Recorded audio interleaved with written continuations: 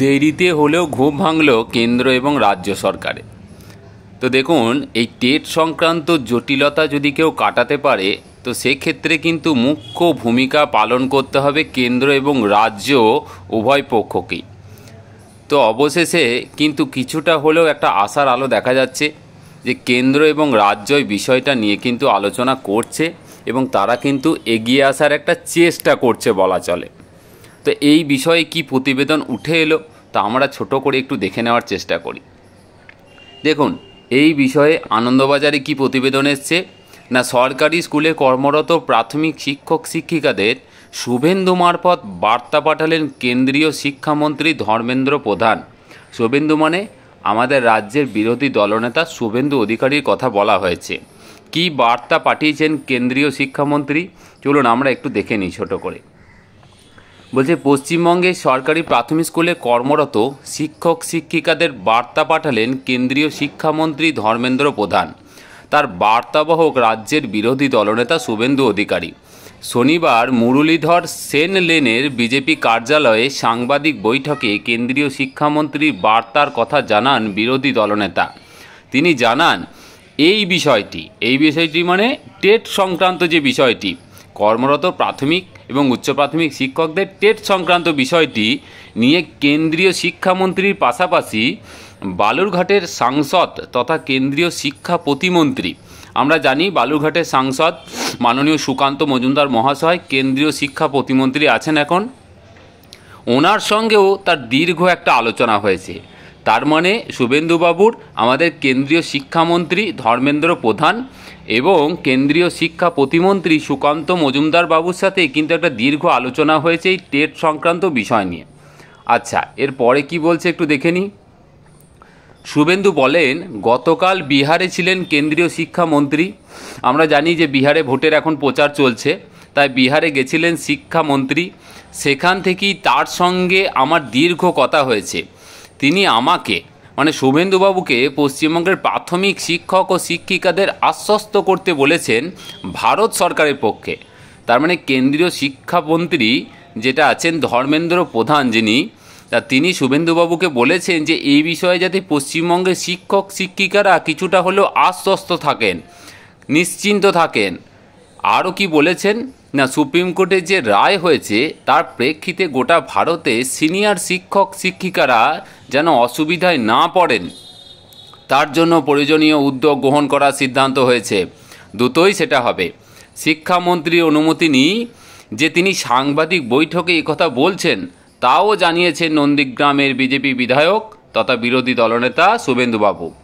অর্থাৎ এই বিষয়টা নিয়ে আলোচনা হয়েছে এবং তিনি সেটা অনুমতি নিয়ে কিন্তু সবার সামনে কিন্তু প্রকাশ করছেন, যেটা সংবাদপত্রের প্রতিবেদন আকারে কিন্তু দেখা যাচ্ছে।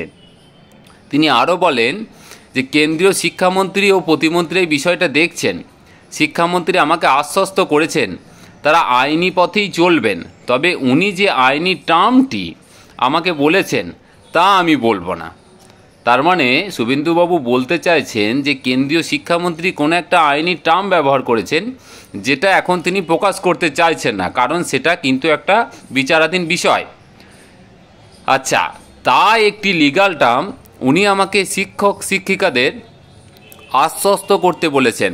প্রসঙ্গত কর্মরত যে সকল প্রাথমিক ও উচ্চ প্রাথমিক শিক্ষক শিক্ষিকা টেট উত্তীর্ণ নন তাদের আবার পরীক্ষায় বসতে হবে বলে জানিয়েছিল সুপ্রিম কোর্ট।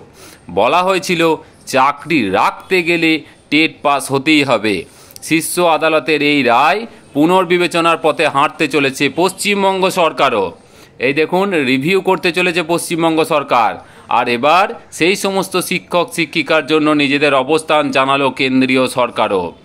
তার মানে এই প্রতিবেদন থেকে এটুকু বোঝা গেল যে এই টেট সংক্রান্ত বিষয়ে কেন্দ্র সরকার তার যে শিক্ষামন্ত্রী এবং শিক্ষা প্রতিমন্ত্রী বিষয়টা অবগত এবং তারা আইনি পথে এই জটিলতা কাটানোর জন্য কিন্তু পদক্ষেপ নিতে চলেছে।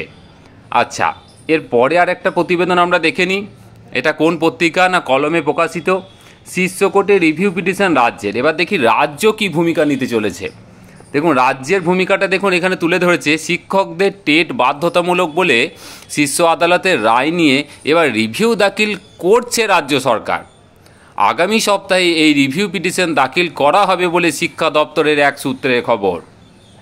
তার মানে রাজ্য সরকার রিভিউ দাখিল করতে চলেছে এবং সেটা আগামী সপ্তাহে করা হবে। উল্লেখ্য, ইতিমধ্যে টেট বাধ্যতামূলক নিয়ে সুপ্রিম কোর্টে কিছু শিক্ষকও রিভিউ পিটিশন করেছে বলে খবর। আমরা প্রত্যেকেই জানি অনেকগুলো রিভিউ পিটিশন হয়েছে, প্রায়ই হচ্ছে, সংখ্যাটা 9 থেকে 10 চলে যাচ্ছে, হয়তো 9 ছিল। আর দেখুন শিক্ষকরা যেটা করেছেন তার ডায়েরি নাম্বার, একটা রিভিউ পিটিশনের ডায়েরি নাম্বার এখানে উল্লেখ করেছে 58339/2025-এ। আমরা জানি এখানে আঞ্জুমান ইসাতি তালিম ট্রাস্টের যে ছিল ডায়েরি নাম্বার, কেস নাম্বারটা দিয়ে দিয়েছে। এই রিভিউ পিটিশনের মূল উদ্দেশ্য কি, এখানে একটা রিভিউ পিটিশন তুলে ধরেছে যেটা শিক্ষক শিক্ষিকাদের তরফে করা হয়েছে। এটা কিন্তু রাজ্য সরকারের তরফে নয়, এটা শিক্ষক শিক্ষিকাদের তরফে করা হয়েছে। সেখানে কি বলা হয়েছে না, শিক্ষকদের জন্য টেট বাধ্যতামূলক সংক্রান্ত সুপ্রিম কোর্টের পূর্ববর্তী রায়কে চ্যালেঞ্জ জানানো হয়েছে। উস্তি ইউনাইটেড প্রাইমারি ওয়েলফেয়ার অ্যাসোসিয়েশন এই মামলার পেছনে শিক্ষক শিক্ষিকাদের পক্ষ থেকে কাজ করছে। আচ্ছা, এই মামলাটা যেটা এখানে দেখানো হয়েছে সেটা উস্তি ইউনাইটেড প্রাইমারি ওয়েলফেয়ার অ্যাসোসিয়েশনের তরফ থেকে কিন্তু করা হয়েছে। আর রাজ্য সরকারের তরফ থেকে যেটা করা হবে সেটা কিন্তু এখনও বলা হচ্ছে যে সামনের সপ্তাহে কিন্তু একটা পিটিশন করা হবে। তো এই বিষয়টা এখানে উঠে এসছে। আর মোটামুটি কি উঠে এসছে আমরা একটু দেখে নিই।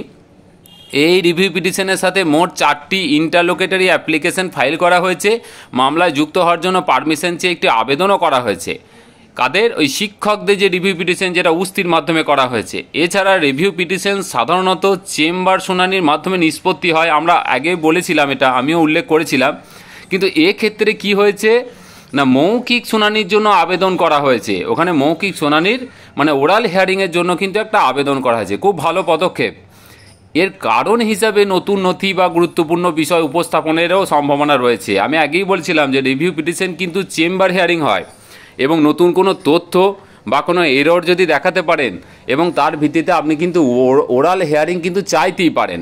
তো সেটাই কিন্তু এখানে করা হয়েছে। কাদের? উস্তির যে এটা করা হয়েছে যে পিটিশনটা, রিভিউ পিটিশন, দেখুন ডায়েরি নাম্বারটা এখানে দেখানো হয়েছে, সেটার মাধ্যমে কিন্তু করা হয়েছে। এটা কেন উল্লেখ করছি, কারণ এটা পশ্চিমবঙ্গ রাজ্যের একটা শিক্ষক সংগঠনের তরফ থেকে করা মামলা। আচ্ছা, মামলা দাখিল করতে কিছুটা বিলম্ব হওয়ায় তা মার্জনা করার জন্য একটু আবেদন করা হয়েছে। আমরা জানি 1 মাসের মধ্যে করতে হয়, দেরি হয়েছে বলে সেখানে অ্যাপ্লিকেশন দেওয়া হয়েছে যাতে শিক্ষকদের সাথে রিভিউ পিটিশনটি গ্রহণ করা হয়। সুপ্রিম কোর্ট শিক্ষকদের টেট পাস বাধ্যতামূলক সংক্রান্ত একটি রায় দিয়েছিল। সেই রায়কে চ্যালেঞ্জ জানিয়ে বর্তমান রিভিউ পিটিশন দাখিল করা হয়েছে। যদি শিক্ষক শিক্ষিকাদের পক্ষ থেকে এই পদক্ষেপ নেওয়া হয়েছে, তবে পশ্চিমবঙ্গ সরকার এই বিষয়ে এখনও তাদের অবস্থান কিন্তু স্পষ্ট করেনি। এই নিয়ে বিটিইএ এর সাধারণ সম্পাদক স্বপন মণ্ডল মহাশয় বলেন, শিক্ষামন্ত্রীকে আমরা বলেছিলাম উপযুক্ত পদক্ষেপ নেওয়ার জন্য। রাজ্য এই পদক্ষেপ গ্রহণ করলে সারা দেশে 40 লক্ষ শিক্ষক চিন্তামুক্ত হবে। হ্যাঁ, অবশ্যই দেশে তো 40 লক্ষ চিন্তামুক্ত হবে, পশ্চিমবঙ্গেরও বহু টিচার বহু শিক্ষক কিন্তু চিন্তামুক্ত হবে। তাহলে মোটামুটি এই ছিল আজকে লেটেস্ট আপডেট। যে বিষয়টা উঠে এলো যে টেট সংক্রান্ত জটিলতা কাটানোর জন্য একদিকে কেন্দ্র সরকারের যে শিক্ষামন্ত্রী মাননীয় ধর্মেন্দ্র প্রধান মহাশয় এবং যে শিক্ষা প্রতিমন্ত্রী আমাদের রাজ্যেরই সাংসদ সুকান্ত মজুমদার মহাশয়, যেমন তারা অবগত আছেন বিরোধী দলনেতার মাধ্যমে, যেমন বিষয়টা হস্তক্ষেপ করতে চলেছে, এবং অপরদিকে রাজ্য সরকারও কিন্তু সামনের সপ্তাহে একটা রিভিউ পিটিশন দাখিল করতে চলেছে। আর এদিকে পশ্চিমবঙ্গের তরফে শিক্ষক সংগঠন যেটা উস্তি, তার মাধ্যমে কিন্তু একটা রিভিউ পিটিশন দাখিল করা হয়েছে। ওখানে একটা খুব ভালো পদক্ষেপ নেওয়া হয়েছে, সেটা হচ্ছে ওরাল হিয়ারিংয়ের জন্য কিন্তু একটা আবেদন করা হয়েছে। এবং দেখা যাক ভবিষ্যতে আর কি আপডেট উঠে আসে এই বিষয়ে। যা উঠে আসবে আমি আপনাদের সামনে সঠিকভাবে নির্ভরযোগ্যতার সাথে তুলে ধরব। খুব ভালো থাকবেন, সুস্থ থাকবেন, আর বেশি করে চ্যানেলটিকে সাবস্ক্রাইব করুন ও ভালো লাগলে শেয়ার করুন। খুব ভালো থাকবেন, ধন্যবাদ।